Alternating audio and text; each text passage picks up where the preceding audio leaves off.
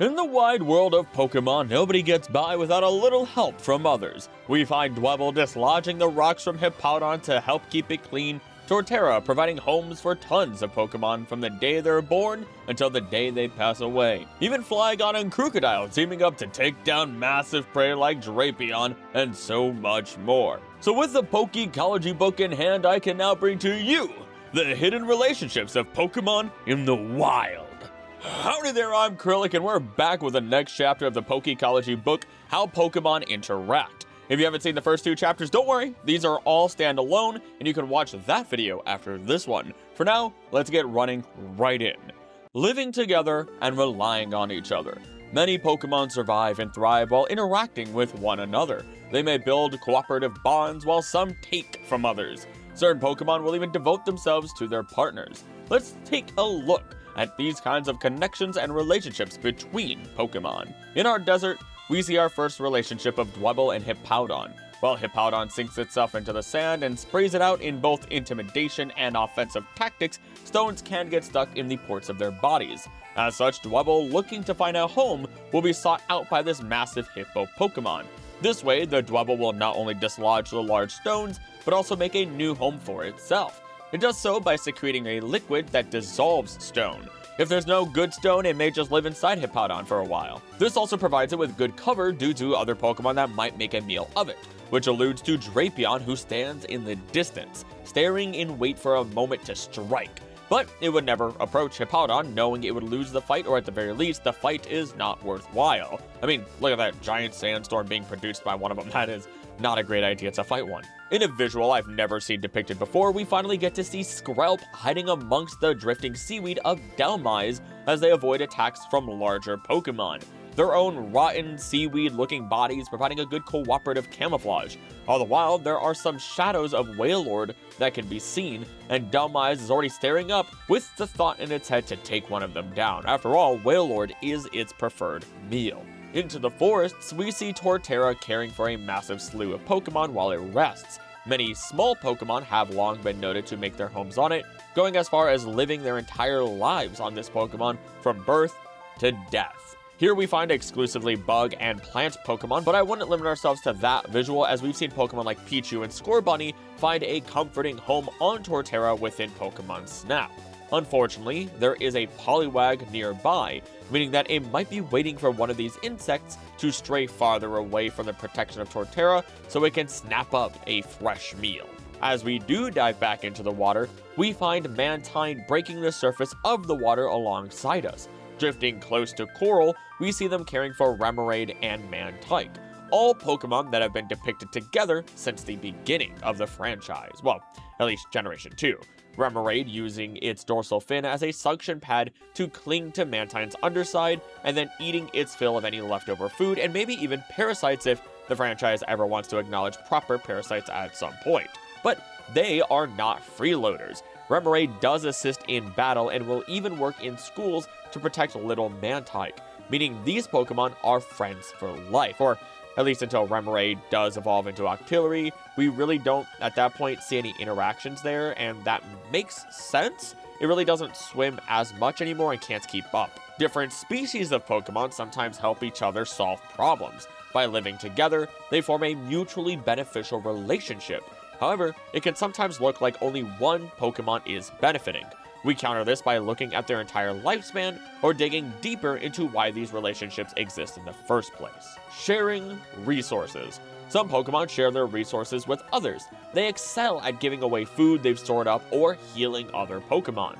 These Pokemon are truly precious. While Garganacl has been stated to shoot salt out to attack others as prey, we see that Garganacl has, in this case, attracted a slew of Pokemon like Pawmi, Bonsly, Lechonk, and Fletchling to it as it releases salt for them to lick up or eat. It is mineral rich and is created by Garganacl, rubbing its fingertips together. This even provides quick healing to any Pokemon that are injured. As a note, in places like Paldea, if you look at the spawn rates, you'll often find Go-Go and Garganacl together fairly often, almost like it's a salt lake for the goat Pokemon. Meanwhile, in cold environments, Delibird provides food to others in a generous manner, as it stores said food within its rolled-up tail. There are tales out there about lost mountaineers who were saved by its stock of food, but I'd be a bit more careful if I were you, Delibird. Those are Cubchoo, and a very angry and protective Beartic might be close by, blending in with the environment. Even over the unforgiving, roiling seas, we do find Pokemon helping each other. In this case, we see Dragonite identifying and rescuing a drowning Cubone. It has long been deemed the guardian of the seas, and anytime it notices a drowning person or Pokemon, it will come to the rescue.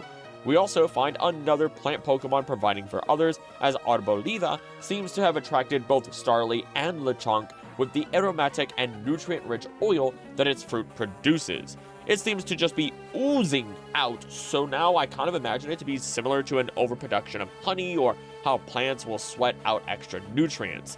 Also, if you are careful and know which plants are safe, you can eat that sweat.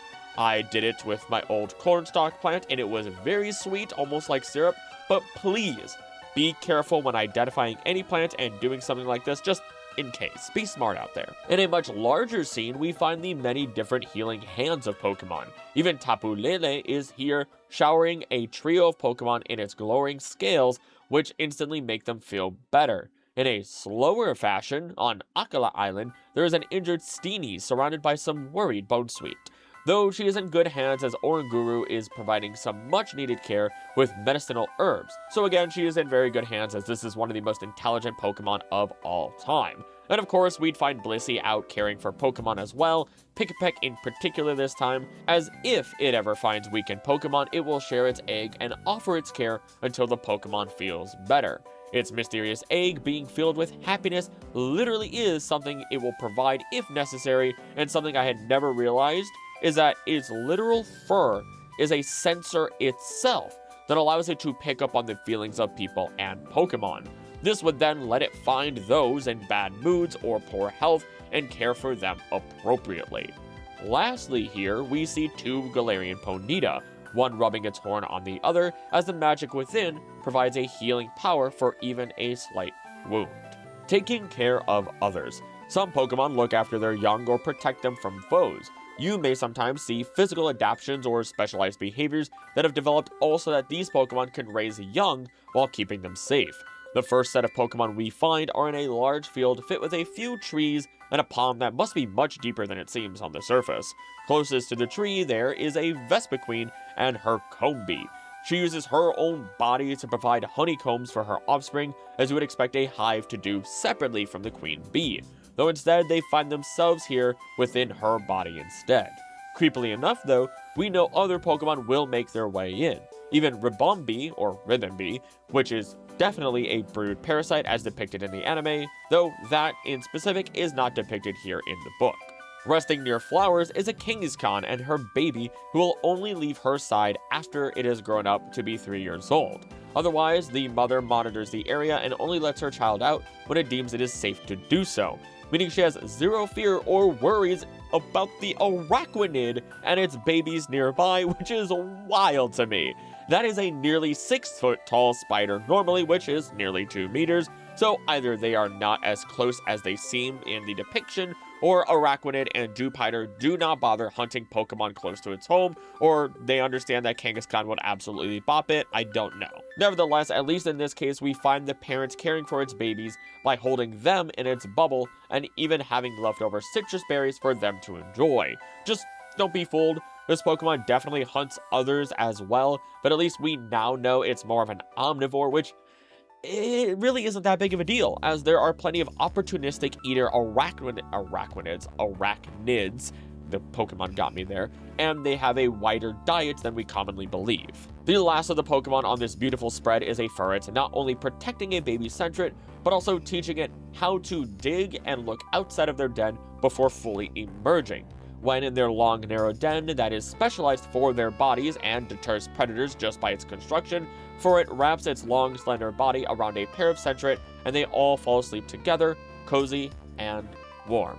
So not only has Furret evolved to have this longer tail with patterns to confuse predators where its vital organs might be, but It also has this body so it can keep multiple babies warm in the colder months within their den. I would say that's too precious for this world, but they also hunt other Pokemon, you know, so they probably look incredibly ravenous when they finally eat prey, kind of like strawberries just all over the face type mess. We follow this, though, with a number of smaller scenes, the first of which is a Rabsca caring for its infant within its ball of what should be dung, but is apparently stated to be mud. But we all know that's what it is, as this is a dung beetle, more specifically a scarab beetle. The infant inside of this ball is the real body, as Rabsca seems to be reviving itself and escaping the cycle of life and death. And only when it's releasing a great deal of psychic energy can the infant be seen, meaning once again that the Rabsca we see is not even the one attacking us, technically speaking. Other Pokemon will also use their bodies as shields to protect their babies. We see this in two different lines of Pokemon, one being Bastiodon, who will line up and create a wall to repel any oncoming attacks with their massive shield-like heads that are as hard as steel. In a similar scene, we can see an Arbok trying to invade a nest of Nidoran, only for it to be blocked by the intimidating back spikes of a Nidoqueen, blocking the entrance with her body. Nidoqueen also seems completely unbothered by the situation, which is hilarious to me, because that Arbok is hissing its lungs out for sure. Later though, Nidoqueen will take the young ones out on a ride as it places them on the spaces between its spines. This protects them, keeps them close, and provides warmth to them, which is perfect because it will even rock them to sleep or soothe them by doing this as well. Speaking of keeping your children warm, Levani will use the cutters on its arms and the silk it produces to weave clothing made of leaves for Sewaddle and Swadloon, making new clothes as necessary since these are sometimes used as food for them. Then in the water, we see the male Seadra follows the real-world seahorse, being the one to care for its young in place of the female. While it is raising young, the spines on their backs secrete thicker and stronger poison, as if to say stay away or you'll be hurt more than usual. Which makes me now wonder though, how hormone levels work within Pokemon, because that has to be, derived from a high hormone count without a doubt. It has also developed the habit of swimming backwards so it can fend off any foes that dare to test its might, likely slamming into them full force, which only makes me think of Blanca from Street Fighter, except with poison instead of electricity, of course. Coexistence with Pokemon. The strengths and abilities of Pokemon can bring prosperity and safety to people's lives. At times, we must do our best not to disrupt how Pokemon live. Let's explore the lives of Pokemon who live in nature and their connections with Pokemon. And as a quick side, that was a very simple entry, but spoke very deeply to me personally and my love for nature as a whole, so thank you, the writers of this book. Though what seems to be depicted across a 2-page spread is a slew of people and Pokemon living together in a village, detaching themselves from the hustle and bustle of the city and instead involving themselves with the hustle and bustle of coexistence with nature. Wheat that grows sturdy thanks to the presence of Doxbun, who releases an aroma that simply helps wheat grow altogether. It seems like just passing through the area does the crop some wonders from this pup. In a similar sense, tilling the soil is made easier thanks to the assistance of Diglett, who of course dig through the ground and leave upturned soil in their wake. In fact, the soil upturned by them is considered to be perfectly tilled for planting crops and has now been made ideal for growing delicious vegetables. You know what that means, my dear viewer. Diglett droppings, which yes, the Pokemon Moon Dex does directly state it leaves droppings behind for the non-believers of Pokemon poop. Is this the hill I'm gonna die on almost every single video that I have to talk about it? Yes, because it's a personal pet peeve of mine that people are willfully ignorant of a basic and important function within nature itself regarding the recycling of nutrients, which is the nice way of saying there are plenty of Pokemon that poop, if not the majority of them. We do see a Machoke carrying heavy cargo to toughen itself up, while also doing general hard labor for people, including the elderly, as Machoke seem to never get tired whatsoever.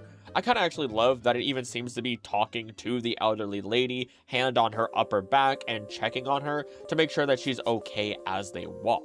On the opposite page, we find that the village has carved out a groove in the ground to guide the golem that come down from high on mountains for their meals or travel, then avoiding the destruction that those golem would have caused. More than this, their shells molt once a year, creating an enriched soil in the process. As such, the molt is collected for use in their farms. I also like that molt is used specifically, showing us that this outer shell, as we know it, is a skin or exoskeleton, which is kind of a no-duh at the end of the day, but I always appreciate the specific verbiage use. We see the guardian of the village as likely the Drampa, who will come down from the mountain for its favorite meals. Though if it does see children in danger, whether they are people or Pokemon children, they will come to their aid. Nearby here are a herd, or trip rather, of Skiddo who have no need to eat as long as they have enough sunshine and water for their symbiotic plant growth to create energy from. In the past, people living in the mountains traveled by riding on the backs of Skiddo, and it is thought that it is one of the first Pokemon to live in harmony with humanity. It does kind of make me wonder, though, what Skiddo milk tastes like. Like, would it be kind of like hemp milk, or what are we talking here? Finally, the river moving downstream and into the village is dammed up by a Bibarel, I think that's how you're supposed to say it, who has made its nest here as you would expect of any beaver, honestly. A river dammed by this Pokemon will never overflow its banks amazingly, meaning that it provides a source of water for all while posing no negative risks. Cooperate to attack prey. Some Pokemon cooperate with others to attack prey. By teaming up and dividing roles with Pokemon that have different capabilities that they lack, certain Pokemon can catch prey faster and with less effort. The most famous of examples, and the thumbnail for this video, is arguably through the team-up of Flygon and Krookodile. The bully of the sands, Florida Crocodile, teaming up with the Avocado Dragon seems wild at first, but Flygon is a dragon at the end of the day, who are often seemed powerful, aggressive, and dangerous type Pokemon. Red shields cover the eyes of this Pokemon to protect it from the sands, doubly so when it flaps its wings to whip up a massive sandstorm that it will hide itself in. Normally, it will sing to attract prey, but with Krookodile at its side, it can simply hide the Krookodile within the storm, who has such powerful eyes that it can even see through the incredible amounts of debris flying through the air in this sandstorm. It then bursts from the sandstorm with massive and powerful jaws that can bite through iron plates. They've blown away a Cubone in the area, not caring for it, as they set their sights on much larger prey that they can split between them. Drapion, a Pokemon with amazing strength and deadly poisonous claws, who is known as the Demon of the Sands.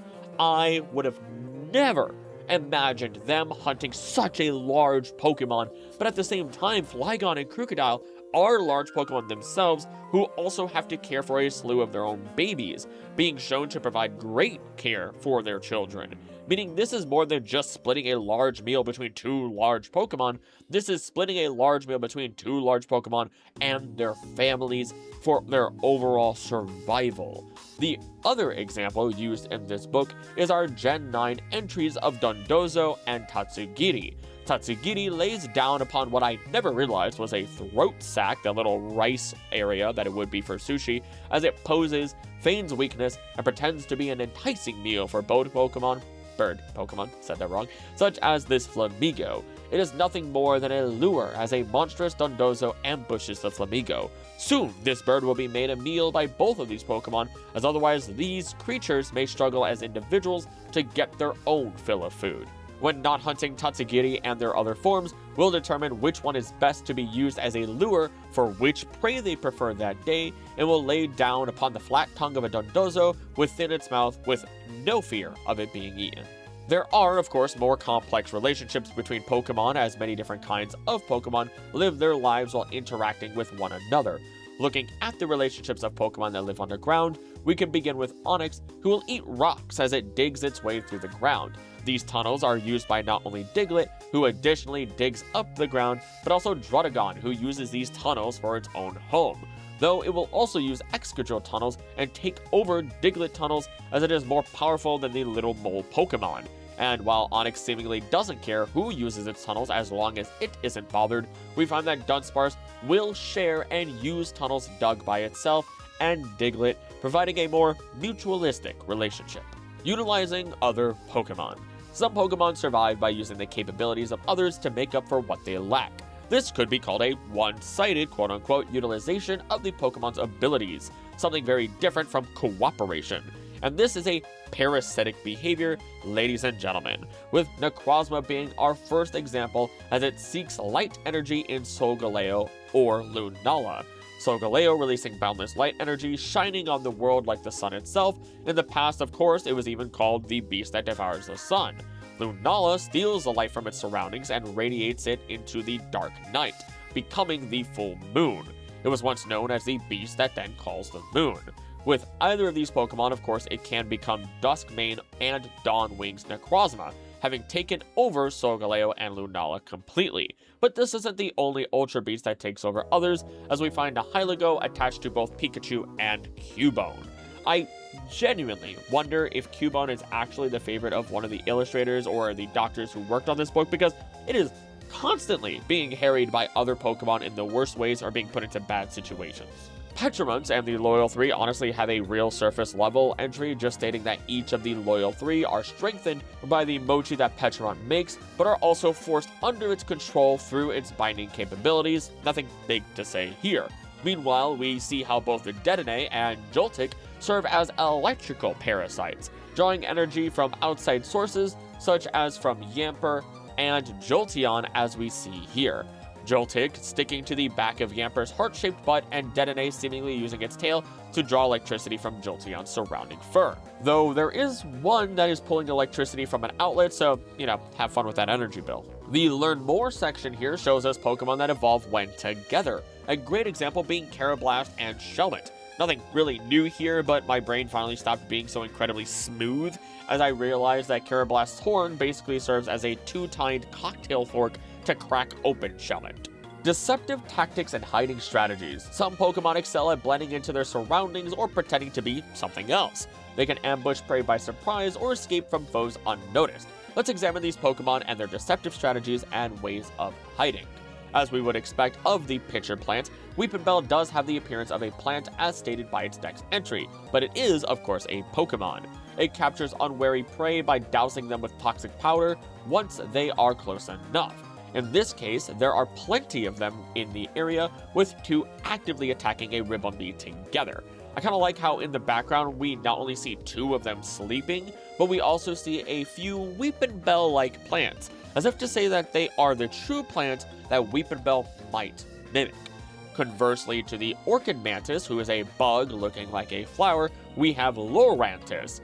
Though it is a beautiful flower Pokemon, it pretends to be a bug Pokemon. Then it ambushes Combee that let their guard down, thinking it's a companion.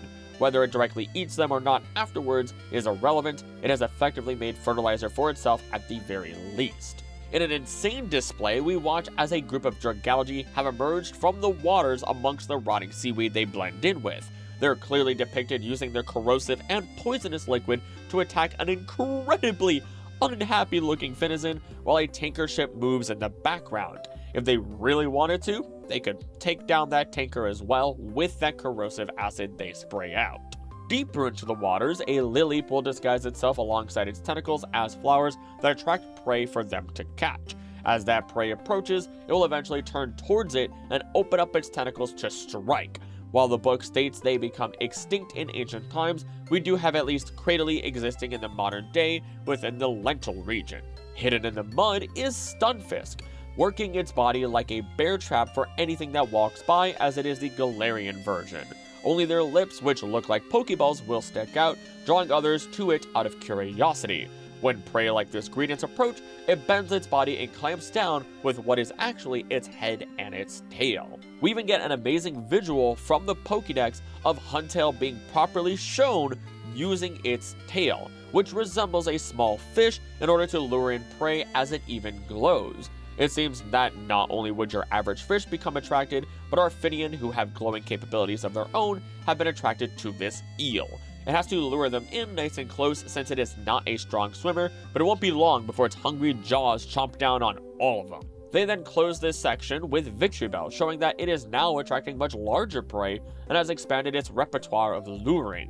It attracts pollinators with the usual sweet scent, but now it has a long vine that it waves and flicks about as if it were an animal itself, kind of like you would play with a cat with like one of the feather toys, I imagine. This means that predators will even approach it, allowing Victreebel to take advantage of a wide range of potential meals, including this Rattata and Raticate. If its appearance resembles its surroundings, other Pokemon or people are less likely to notice. That way, it can be ready to strike when prey approaches. And of course, as we see here, some Pokemon even make a part of their body look like food to lure in prey, including humans.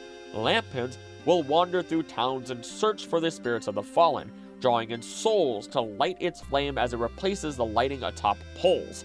It will find someone near death and simply wait for them or trail quietly behind them until their final moments.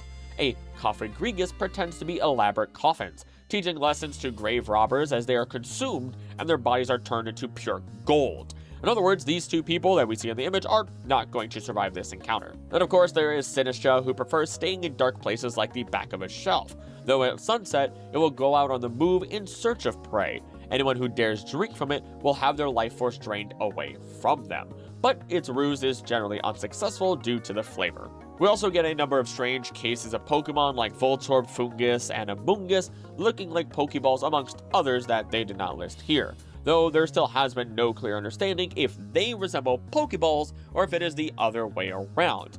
Now though, we move on to Pokemon that deceive the enemy for self-protection. If there are stronger enemies, Pokemon can pretend to be something else or use a disguise to evade attack.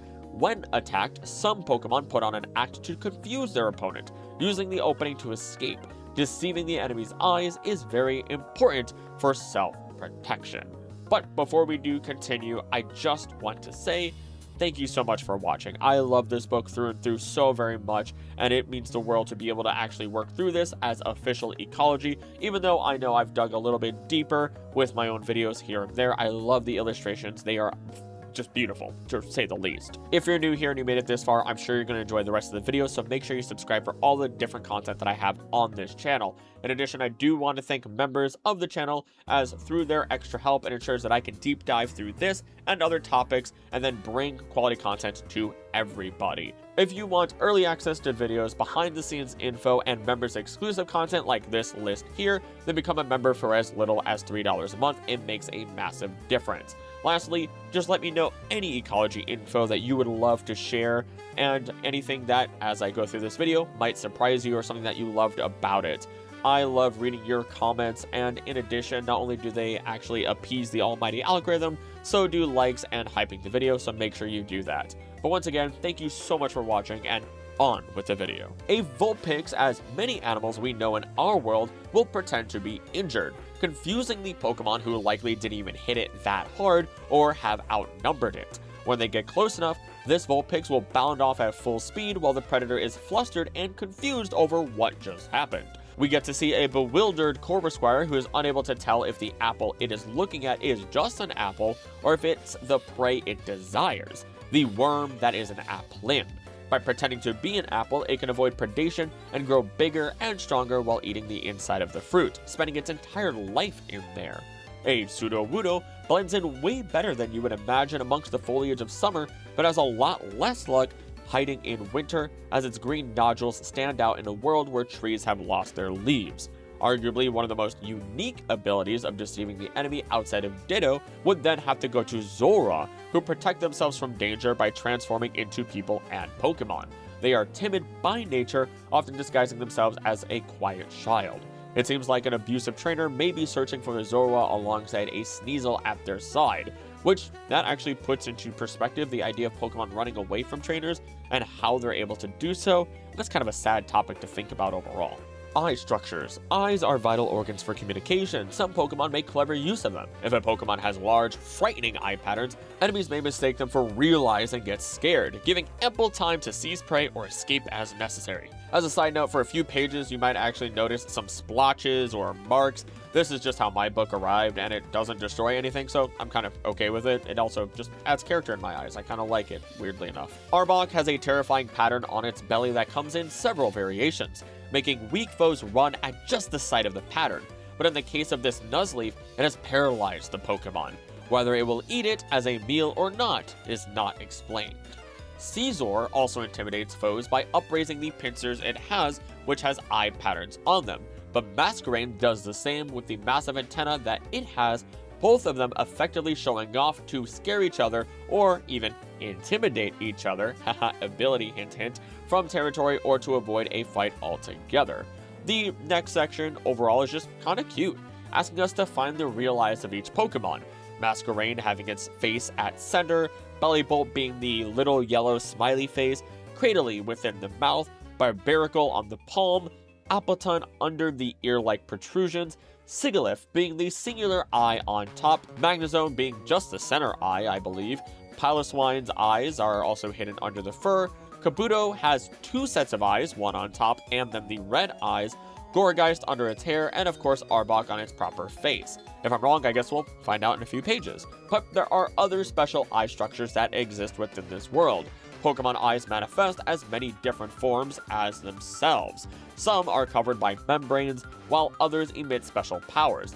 Venonat has a cluster of eyes that act like a radar.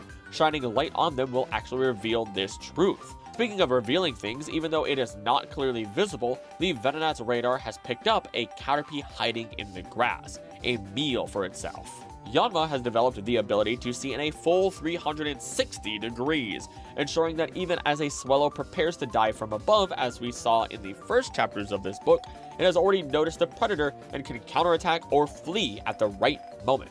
In the case of Meowstic, when it reveals the eye-like patterns on the inside of its ears, it will unleash its psychic powers. This would tie into not just the concept of a third eye and spiritual awakening, but even further, as it would have a total of 4 eyes. Lastly, there's Inteleon, who has a special nictitating membrane, which is effectively a third eyelid that covers the surface of its eyes. We do get to see this in animation to full effect, as it uses this built-in special lens to sense things about their opponent like body heat. Then they attack once they identify a weak spot. Inteleon will shoot me in the balls. It is seeing the most vital areas through body heat, and it will shoot me in the balls. Or, to be less dramatic, it'll shoot me in the armpits or anything like the liver, which apparently, I'm definitely not pointing to the right spot, but either way, but that is apparently one of the warmest, or if not the warmest, internal organ of our body. More realistically speaking, your body is keeping the most vital parts of itself as the warmest to keep them safe from the cold. On to our next section, blending into the scenery. Its body and color, patterned to resemble its surroundings, make it difficult for other Pokemon to notice it. In this way, it can wait for its prey to draw near, while also letting enemy Pokemon pass it by, having remained undetected. Among Pokemon, there appear to be some that change their surrounding environment to conceal themselves as well. Kecleon will change its color to blend in with its surroundings in order to sneak up on prey, more so than a normal chameleon ever could, albeit it still does have a weakness, which is that it can't make the belly pattern on its stomach actually disappear, though it still goes unnoticed long enough for it to get close to a wormhole and use its sticky tongue to attempt capture. Horrifyingly enough, we finally get to see Tangrowth attempt to capture more than just some fruit with its long extendo arms, but also go after some prey. In this case, it is literally going completely unnoticed by a small Cubone once again. Like, seriously, one of the people who worked on this book must love Cubone, or have thought that it must be a keystone prey species, because it is constantly getting attacked or put in bad scenarios in this book. And of course, just for clarification, if Tangrowth remains still, it can go completely unnoticed while it is hunting for prey. Grovyle naturally blend in with foliage, as it looks identical to leaves and stems while it traverses atop trees, leaping from branch to branch in dense forests. The leaves that grow from its body is what does most of the heavy lifting, but its overall green coloration is something that shouldn't be ignored for its camouflage. Meanwhile, you might be as shocked as I am to find out that Squawkabilly of white plumage are the lowest in number of their colorations, but they have no problem living in towns since they blend in with the white buildings. Now, this is something that's stated directly from the Pokédex, and I just never really read that dex, but it really makes me want to cover a video all about Pokemon that have adapted to live alongside humans, but are not domesticated by humans, or even semi-domesticated, which domestication is an entire other very difficult topic that I need to cover on this channel one day. But moving forward, we have a baller version of counter shading that I was unaware of, which is Azumarill. The bubble-like pattern on its stomach helps it camouflage itself when it's in the water. Blue on top, so when creatures look at the water, they only see blue, and then white on bottom with ripples, so this Electros under it, searching for prey, only sees the white, which blends in with the light coming down from above and any sea foam that might exist. Vaporeon is noted to just dive into the water, with Boltund peering from the water's edge as it hunts down the evolution, which is fine and all, but Vaporeon can also literally just melt into the water, as the deck states right next to this illustration. So it could either do one or the other, depending on how important it is for it to hide away proper. A classic in my eyes is Abomasnow, who is white nearly all over already. All it needs to do is whip up a snowstorm and it is hiding away without a worry. But another I wasn't expecting here is Typhlosion, who can blast out fire so hot that it causes the heat, or rather the air itself, to shimmer. This shimmering basically makes everything around it and itself blurry, making it hard to make out details and get a clear shot on it. It will eventually hide away so it can potentially even attack later on. And we turn our pages to find a great question. Does poison type mean purple? Even a Pokemon's color helps to understand that Pokemon's ecology. For example, many poison type Pokemon are purple. So if you spot a purple Pokemon, it might be best to assume that it could be poisonous and to remain cautious. Nothing too great details wise, but you can apply this to real life in a different way. For example, bright colors displayed on an animal typically yells for a predator to stay far away, as this brightly colored creature is likely poisonous itself.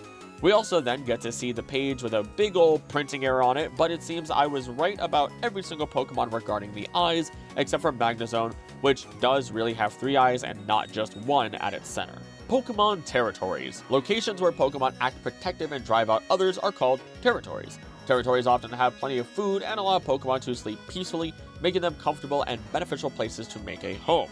That is precisely why other Pokemon may contend for the same territory. We're shown a big open flower field that extends out to a short lining of grass that shorelines a wetland swampy area. Fletchinder can be seen fighting in the distance, as they are so territorial that they even fight amongst themselves and do not tolerate others entering their territory, which that territory does have a radius of several miles. A Butterfree is more territorial over a flower field specifically, in which case they will fight a Cutiefly as we see depicted here. Flower nectar is Cutiefly's favorite food, so fights will ensue anytime that other Pokemon preferring said nectar try to take it from Cutiefly. In addition, similar to bees, Butterfree will rub honey onto the hairs of its legs to carry it back to the nest, though instead of honey, it is pollen that loosely gets stuck to a butterfly's body, so technically not really the same. In the swampy area, this Crawdaunt has started making its home, or is at least attempting to make this place its home. It will fight with just about any other Pokemon that are in this area, as it will try to claim and keep this territory solely for itself and other Crawdaunt or Corphish. Though unfortunately, it will not get this spot easily, as there is a Whiscash here already looking at it with disdain. These Pokemon are very protective of their own territory as well, using vicious tremors to attack those that dare enter. Otherwise, we would find this catfish drifting along the bottom of the swamp. This then leads us to Territorial Display. There are some Pokemon that use various methods to keep others from encroaching on their territory. Not talking about a roach, not talking about Pheromosa encroaching. It's their way of communicating, you better not come any closer. Perhaps it's their way of also avoiding unnecessary conflicts. Shroodle puts on a smelly display, painting little markings all around its nest using a poisonous liquid that has an acrid odor. As we see it using its tooth to make plenty of drawings on the ground, a Pikachu in the background has discovered the area and seems to at least be surprised by the smell. Other Pokemon put on a noisy display, Houndour specifically using their ominous howl, which echoes through the area to announce their territory. They do use many other cries or barks to communicate with others of its kind as well. Even legendary Pokemon put on territorial displays, Tapu Bulu making ringing sounds with its tail to let others know where it is, avoiding unneeded conflicts. All it needs to do is ring the bell on its tail. If you don't heed this warning, it is known to have been powerful enough to swing large trees in battle and has destroyed a village in the past. Alongside this Pokemon though, we see Trumbeak using various cries for territory as well, and Nuzleaf producing a flute-like whistle to warn others that they have entered its territory. They may all actually live in the same area, as multiple layers of defense or warning before Tapu Bulu would wake up and cause great destruction. Plenty of other Pokemon will mark their territory as well, Axew literally gashing trees with their tusks, Scyther cutting down entire trees, with both of these methods working to toughen up Axew's tusks and Scyther's, sides for regrowing or even evolution. Unfortunately, Scyther has no regard for other Pokemon in this process, so you can imagine how that plays out, and it gets to have a meal out of it, surprisingly. Surprising to both itself and its prey, I suppose, not surprising to us. A Zigzagoon will rub its bristly fur on trees while making a zigzag walking pattern throughout the area. In this case, it seems interested in a strange green marking trail that's been left behind, and as we follow this trail, we find ourselves a Smeargle. While they might be seen marking with different colors, of which 5,000 unique marks have been found, this one seems to be relatively using its paint as a blend-in color all over the area as it is green. Each of these processes done by each of these Pokemon will do more than just what we see visually. Their scents will also likely be left behind as an effective measure, especially with Zigzagoon and Smeargle, since Smeargle's paint is secreted from its tail, and I don't know how that paint is exactly made biologically, but it really feels as though it would be similar to urine or other waste products created through the use of consuming foods and then creating it from consuming said foods. Territorial Aggression. If other Pokemon don't heed its warnings and unawarely enter its territory, it will threaten or attack that Pokemon to defend the area. Occasionally, intense battles over territory will break out. A Growlithe will bark threateningly if someone enters its territory, and if that foe will still not leave, then it will begin biting to drive them away. It doesn't matter how large the foe is either, as it will continue to attack without hesitation. The cries of Fletchling, despite being melodious to our ears, are actually warnings to anyone that thinks about entering their territory. So, just imagine a bunch of mobsters yelling at the world to stay away, while we just enjoy their little tweets, unaware of the real words that they're saying. Some Pokemon will continue to have conflicts within the same species. An Alolan Raticate within a junkyard seems to be watching over a squabble amongst its Rattata underlings. Typically, it will make these underlings grab food for it, dining solely on the most delicious fare. But conflict erupted at the feeding ground for one reason or another. Maybe one of them took food meant for the boss, or took more than their fair share. Hard to know for sure. Lairon, though, will fight over territory as they want to keep the superior iron ore all to themselves, especially as eating it while drinking plenty of nutritious spring water will build up their steely bodies. When they crash into each other during their conflicts, the sound of their bodies colliding can be heard from miles away, and I imagine it sounds like cars crashing into each other. And in a shocking display, we get to see the conflict between different species. Centiskorch and Scolipede, titanic centipedes who are both incredibly vicious and territorial Pokemon. I think this encounter can also only happen naturally in Galar, if I remember their populations properly throughout the world. The Centiskorch is wrapping around Scolipede in order to try and roast it alive, while at any point, Scolipede is trying to knock its head horns back to pierce and poison the flaming threat, but those horns just can't reach. Another set of claws may be able to, though, which are the rows seen on its neck closest to its face, which it likes to use to grab prey. These same claws seem to be what might be grabbing, or at least trying to grab, the Centiskorch as its body is right up against them. And despite how dire this might seem for Scolipede at first sight, this may very well be anyone's fight still, and to whomever the winner is, goes the spoils. A thin stream of water at Scolipede's feet might just be the chance at victory. A classic fight is one between Vikavolt, Pinsir, and Heracross. The latter two we'd normally see fighting in other regions, but here with the aggressive Vikavolt, our classic enemies in Heracross and Pinsir have now turned to friends to fight the bigger threat. And that threat is of course carrying an extra battery for more firepower, or lightning power to be more accurate. You get the point. Liepard and Thievul use similar tactics to get their fill of food from victims. A Liepard using muscles they've developed throughout their body to draw near their foes goes unnoticed, while Thievul is also able to walk without making a single sound. It will typically rely on its sense of smell to sneak up on those with food and steal it away. This is the beginning of their fight over territory.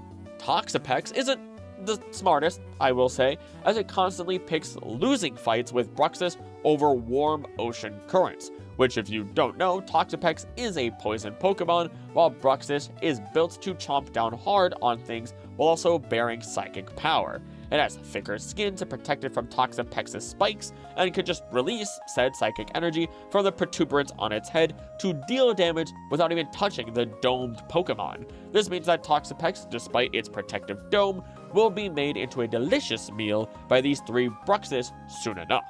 Meanwhile, up in the sky, we see Metal Birds, Corviknight, and Skarmory engaging in a dogfight, both flying through the air with ease and great speeds. As they fight over territory, the odds are against Corviknight as Tinkaton is throwing rocks at it with the hopes to knock it down and use it to reinforce its hammer. I honestly wouldn't be surprised to find out that it might even just wait until they're both weakened and attack them both so it gets double the scraps. And while they might both look happy on the get-go, a Shiinotic and Parasect are seen spreading masses of spores all over the area in an effort to put each other to sleep as they fight over their territory.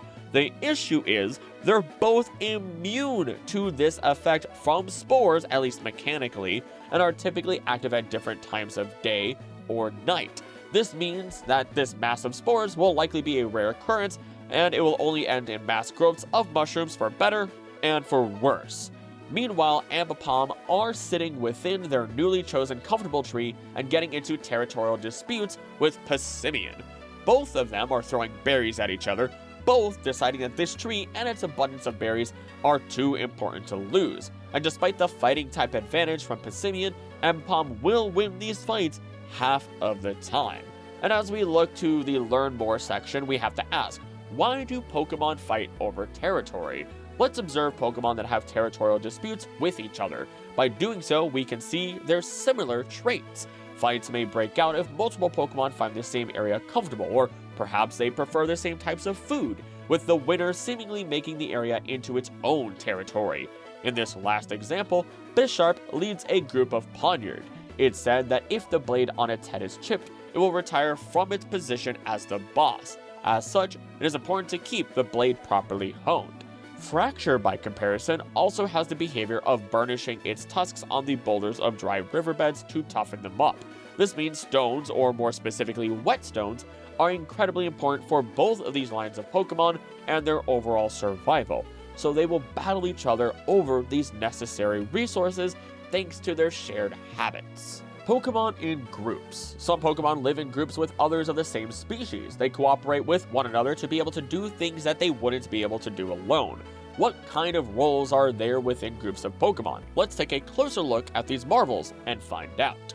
We see that Weavile will scratch signs for one another on trees and rocks. They use this to coordinate attacks, as we see with this quartet attacking a Mamoswine in the wintry forest. It may be a large prey, but with a big enough crowd, this Mamoswine will fall time and time again.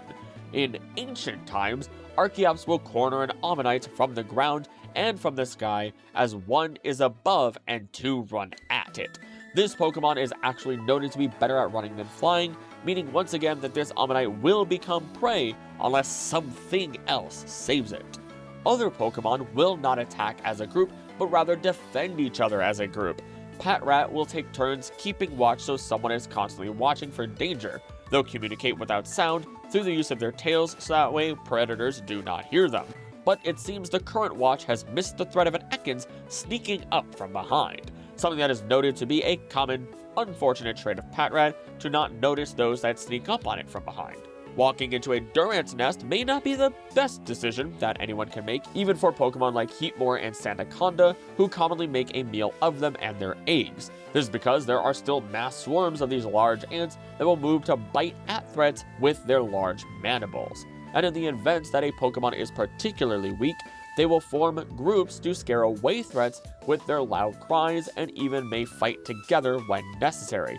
But if their group becomes too large, they instead bicker amongst themselves. The greatest example of a Pokemon capable of cooperating in this way is Wishiwashi. While Pokemon such as Wailord, Kilowattrel, and Cramorant, amongst many other Pokemon and even people, may make prey of Wishiwashi, we watch as a singular Wishiwashi has signaled out to the greater swarm. One particular one signaling through the shine of its eyes to take the Great School formation and fight back against Wailord, who no longer stands a chance against this otherwise puny Pokemon. Roles in large groups. There are various reasons that Pokemon form groups. A large group proves to be an advantage during a fight, with group members being able to help one another when in trouble. On the other hand, to maintain order within the group, there are times when the leader or boss will need to fight on the front lines, distribute food equally, and guide others within the group. As a few Ambipom intrude on Pessimian territory, we see a volley of fruit being utilized as weapons while also being a staple of Pessimian's diet. The one that can throw a berry the farthest is the boss of the group, making it clear that this frontliner is the boss. By watching how the boss fights, others of the troop have learned a berry throwing technique to make themselves better for the group as a whole, which will be formed of 20 individuals with an incredible mutual bond, never letting down their comrades. They will pass down berry throwing techniques for generations, with each one taking up specific positions throughout life as they learn and grow. They'll even stick leaves on their shoulders using their saliva so they display what troop they belong to. They're not all about fighting and berry throwing either. It's actually important to gather nutritious berries as well. In this case, the boss has chosen 10 members to go out hunting. When they return, they will evenly split the food they have found with the rest of the troop. It is only through their trust, mutual bonds, and phenomenal cooperation that we see them not only survive, but thrive as a species. And I think I just grew a much greater love and appreciation for these roided out sport Zaboomafoo Pokemon. Below this depiction, we find opposing armies clashing with each other. When several groups of Bisharp and Poniard gather in the same place, they may merge into one large group. Only the best of the whole group will become a Kingambit. Since it's not skilled at devising complex strategies, it just simply uses brute strength to keep pushing forward. It seems like the rest of the army is no different, with Bisharp leading or keeping an eye on Poniard minions, Poniard fighting as instructed, and Kingambit just existing at the back of the line. In some way, this actually kind of seems more like an exercise than a battle, with Poniard reporting into the Kingambit, which is definitely not aligning with the rank and file you would expect of these Pokemon. Nevertheless, this might just show us, though, how their armies are at least constructed, even if this is just an exercise. This leads us to the section Leader of the Group. In some groups, Pokemon that are especially strong will become a leader or boss. A leader puts itself in harm's way to protect the group, gives direction, and leads its members. The others of the group, watching such leaders as they mature, aim to one day become the leader themselves. A Rillaboom stepping up to the challenge of another Rillaboom who has invoked a drumming contest. As they drum away, they tap into the power of their special tree stumps and produce immense amounts of sound that the rest of the groups seem to be enjoying. Go-Goat will clash horns amongst each other as they live in mountainous places. The victor in their contest of clashing horns will become the leader of the herd. Both will refuse to budge during their clash until the other is thrown aside or collapses. Meanwhile, Houndour and Houndoom watch as a group as two Houndoom battle for leadership. It seems to me that the one that is collapsing under the other had issued the challenge, as we know that a Houndoom with horns that are raked sharply toward the back is the leader of the pack. This is also likely a sign of age, their horns growing larger and longer as they curve inwards to show that they have survived a very long time and may have seen many battles. But once again, leaders will need to put their lives on the line for the greater good of the group, not just show off being the strongest. Empoleon, for example, will avoid unnecessary disputes, but will mercilessly decimate anything that threatens the safety of its colony. Here we see a group of Piplup frightened of a Glalie, which is aiming to freeze and eat these small penguins. Luckily, 3 Empoleon have stepped up. The leader, being the one with the largest horns, has thrown itself directly into harm's way to shield the Piplup from disaster and serving as a great example for all that want to become a leader. I also have a feeling that our Steel-type Pokemon will make it out of this one on top with ease. It's noted that while male Pyroar are usually lazy, they will protect its friends and family with no regard for its own safety if a strong foe approaches. In this case, we find a Hydreigon, which is noted to eat anything that moves. It is being held off by this male Pyroar while the females are protecting the young, taking the Litleo away from this skirmish. One of them even seems to be very interested in taking part of the fight, mimicking its father, who is serving as a great role model. Opposite to the flames, we find Walrein, who form herds of 20 to 30 individuals. It is currently putting its life on the line against a Titan, who is migrating through the snowy areas. The fight may have actually arisen over territory rather than food, as the land whale is noted to primarily eat snow and ice. Ignore the fact that I look different. I totally didn't miss 2 pages by accident. I had to record near the end of editing this video, so, you know, it is what it is. Some leaders have a strict code or behavior that they impress upon younger Pokemon or the next generation. In the case of Honchkrow, it is so strict that it will not forgive a failure or betrayal from its goons. It has no choice to act this way if it wants to maintain the order of its flock, and as such, they will even go as far as hunting down those that have betrayed the group, serving them up likely as a meal for themselves. Opposite to this, Samurott will strictly lead its disciples, and those that fail to follow said rules will receive a merciless thrashing as it oversees their practice. But this is more along the lines of a strict martial arts master wanting better of their students rather than the mob boss that we see above this. A Mightyena will catch the scent of prey, specifically a ferret in this case, then giving instructions to the group on how to chase and catch it. They display outstanding teamwork as a pack and are very intelligent creatures. It's awesome because we get to see this exact scenario even within the snowy areas of the Lentil region.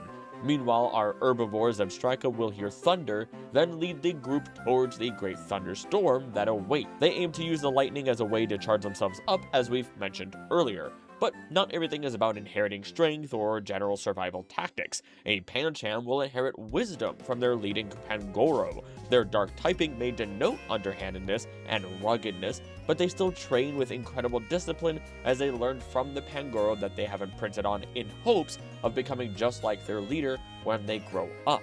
And in a similar manner, Primarina's melody is passed down throughout generations and is more than just a beautiful aria, but is also a tactic for combat, as they make sonic waves with their mouths to control balloons that can decimate their foes. What's impressive then is that there are ways that we can identify a leader, as there are a few examples here of Pokemon leaders that have traits setting them distinctly apart from their followers. The Tauros with the longest, thickest, and most scarred horns is the boss of the herd. The fastest Rapidash is the leader, a Copperajah with vibrant green skin, likely from becoming more oxidized with age. Saucebuck with more impressive horns, a larger-tailed Delibird, a Pyroar with the largest mane, and as discussed, the Pissimian, who can throw berries the farthest. A large gathering. There are certain times when Pokemon gather in large numbers in particular places. They may gather in the same location for reasons such as searching for others of their kind, seeking out food, or evading danger. On occasion, the surrounding environment is affected by a huge increase in Pokemon numbers. Seaking, for example, gather from all over in rivers during egg-laying season. The waters then become dyed red, or rather bright red as a result, which isn't really explained directly but is implied to be the sheer number of eggs they are releasing. The male will, though, try to create a nest by carving out boulders in a stream, using the horn on its head, and honestly, it seems like it would be a pretty sight overall, like just a beautiful one, as the red coloration of the waters would be matching with the autumn season in which this all occurs. During this time, they will also become fattier and turn vibrant red, which is likely to make themselves seem more viable as a mate and also more intimidating. Lotad may live in larger colonies, posing as lily pads as the leaf covers them atop their head, and then they float atop the water. Because of this, the Poliwag underneath are unable to see past them, and it becomes harder for them to be ready for predators or take chances at hunting bugs as they approach evolution. It might even cause plants on the floor of the water to die out. When thunder cracks at night and a storm brews, a slew of different electric Pokemon will move in to get their fill of, well, electric power. We get a few examples of the many that do this in Zebstrika, Blitzel, Pikachu, and a smattering of Emolga as they use that power for different purposes. Zebstrika and Blitzel just being empowered, Pikachu maybe getting stronger, or not stronger, but actually more vibrant fur as we see in the anime, amongst just getting more power and energy, and then Emolga using it to actually fly in the first place. And in a strange case, Stonejourner will gather once a year on a specific date at a very specific time to form a circle. Why they do so is not well understood, but they spend their time together watching the sun set. In the real world, this lines up with the idea of the summer or winter solstice, as we would expect of the real world Stonehenge, which these Pokemon are inspired by. Even ghost Pokemon will congregate, and in this case they may seek shelter under the eaves of houses. Ghastly will do so because their gaseous body will otherwise be blown away by the wind. Meanwhile, Shuppet gather at houses where vengeful people live so they can feed on the feelings of malice that they bear. With many Shuppet under one house, the person inside may be holding onto a very strong grudge of some kind. I would personally argue that they might even become a murderer or hurtful person without a Pokemon like Shuppet to take that grudge away from them. Meanwhile, in the forest, rows upon rows of Seedot are dangling from a large, young tree that has more than enough water to share as the Seedot leach away moisture from said tree. The tree itself seems very healthy, with new blooms still growing on it and a healthy foliage overall, meaning that this might even help the tree if it needs to get moisture out in the first place. This is also a massive boon for Seedot, because with enough moisture, they shine brightly and attract birds easier, allowing them to be carried away, as we see with this toucan, helping expand Seedot's habitat. And then there's Ladybug, who commonly gather together when the weather turns cold in order for them to stay warm. They're also a timid and weaker species, so they don't feel comfortable even moving around if they don't have a group to move with. Now, there are some more extreme changes in environments that occur due to not just gatherings, but mass outbreaks. In the case of Tentacruel, rare outbreaks happen and all fish Pokemon disappear from the surrounding area. As a result of the flashing red orb atop its head, the surface of the ocean may be engulfed in red light during this mass outbreak. Is it weird that my heart kind of skips a beat looking at that image, by the way? These are some pretty terrifying Pokemon with 80 tentacles each, despite what the visuals show us. So in this picture, if they had all 80 tentacles out, we have about 3,680 tentacles moving around trying to grab anything that moves, if I counted that properly, thanks to about, 46 heads of Tentacruel being visible. I also imagine this outbreak will eventually dissipate to the oceans around the world rather than stay completely congregated in one location, but it looks pretty rough for a while, even after they disperse, until populations rebalance. In opposite to this, clusters of Corsola congregate in warm seas, where they serve as ideal hiding places for smaller Pokemon, maybe even a place to hide from this Tentacruel mass outbreak. When the water temperature falls, this Pokemon will migrate to the southern seas. And this really is a massive cluster, with all sorts of tiny Pokemon living on or inside of the cluster itself, as they even make an opening for Pokemon that typically stay on the seafloor like Pyukumuku. Bramogast may even have their own outbreak where they bury an entire town, something that has happened in the real world with tumbleweeds. If something is inadvertently too close to them, it opens the branches of its head to absorb life energy from prey, though it seems to be acting out of instinct, as there are multiple of its own species clustered too close here and not any other prey that it actively would take the life from. In addition, coordinated efforts can be truly noted in species such as Beldum, who converse with one another by using magnetic pulses. When in a swarm, they move in perfect unison, as if they were one singular Pokemon. This is incredible, because they instinctively understand that they will eventually need each other to combine and then evolve all the way until they reach Metagross. Well, either Metagross or that one giant mech Meta Beldagross in the anime. Others moving in perfect unison include Flamigo, thanks to their behavior known as synchronization. This allows an entire flock to attack in perfect harmony. So if you're spotted by one, you're spotted by them all. They move on both sides in this depiction, one side actively charging, the other perfectly dodging an attack from Fuecoco, and as such, this trainer is likely not going to make it out of this unscathed. In special cases, numerous life forms gather together to create a singular Pokemon, as we see with Hydrapple, who houses multiple of their kind within a single large caramel apple with a Syrupant leader. Or alternatively, we have the Ultra Beast Stakataka, who is a stacking of life forms working together as a single unit. And our last section of the day is here, which is ways of communicating. Most Pokemon communicate with vocal calls. There are some, however, that have unique ways of conveying their feelings to their group. Kricketot and Jangmo-o do use sound for starters. Kricketot chats using the sounds of its colliding antennae atop its head, which are hallmarks for the fall season, as you would expect of a cricket. Meanwhile, Jangmo-o will do the same by simply striking their scales to communicate with others of their own kind. Many other Pokemon will use light for communicating with each other and others outside of their species.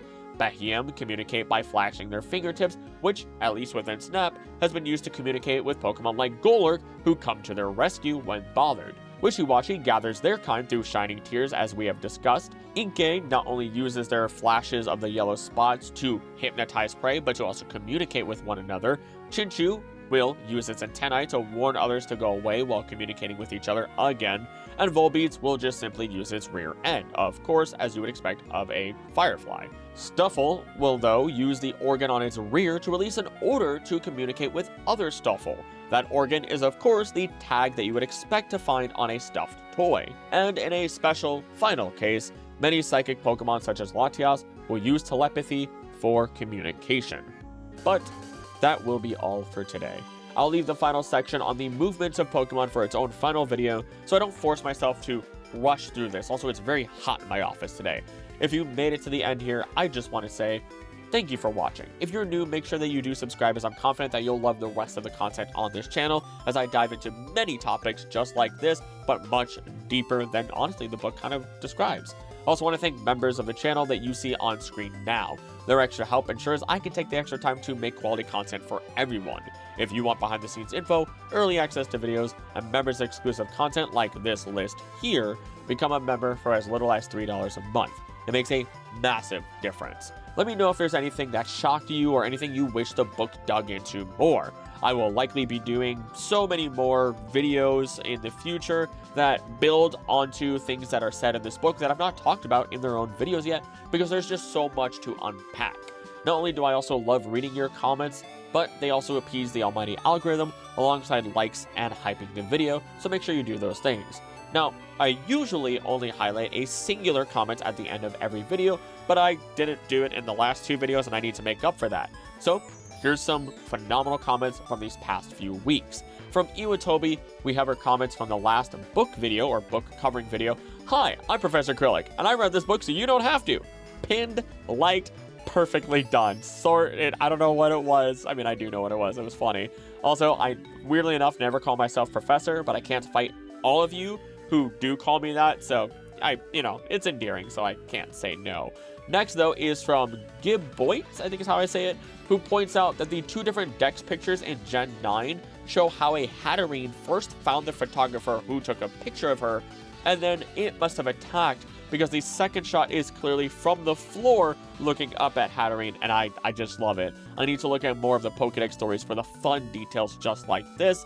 And lastly, we have Urky D. Jerky, must have been part of the Davy clan, One Piece, haha, who asks about the differences in temperament and instinct depending on Pokemon who are brought into existence already evolved, such as Banette, or if they were eventually evolved into that form. And there definitely has to be some sort of difference behaviorally and otherwise, as so many Pokemon do act differently in the care of trainers, even when they evolve in the wild, or how a Shuppet might evolve into Banette. But that will have to be a video on its own one day. For now, that is all for today, and as always, thank you so much for watching. Don't do anything I wouldn't do, don't do anything I would do, please be nice to each other, I love you, and I'll see you next time.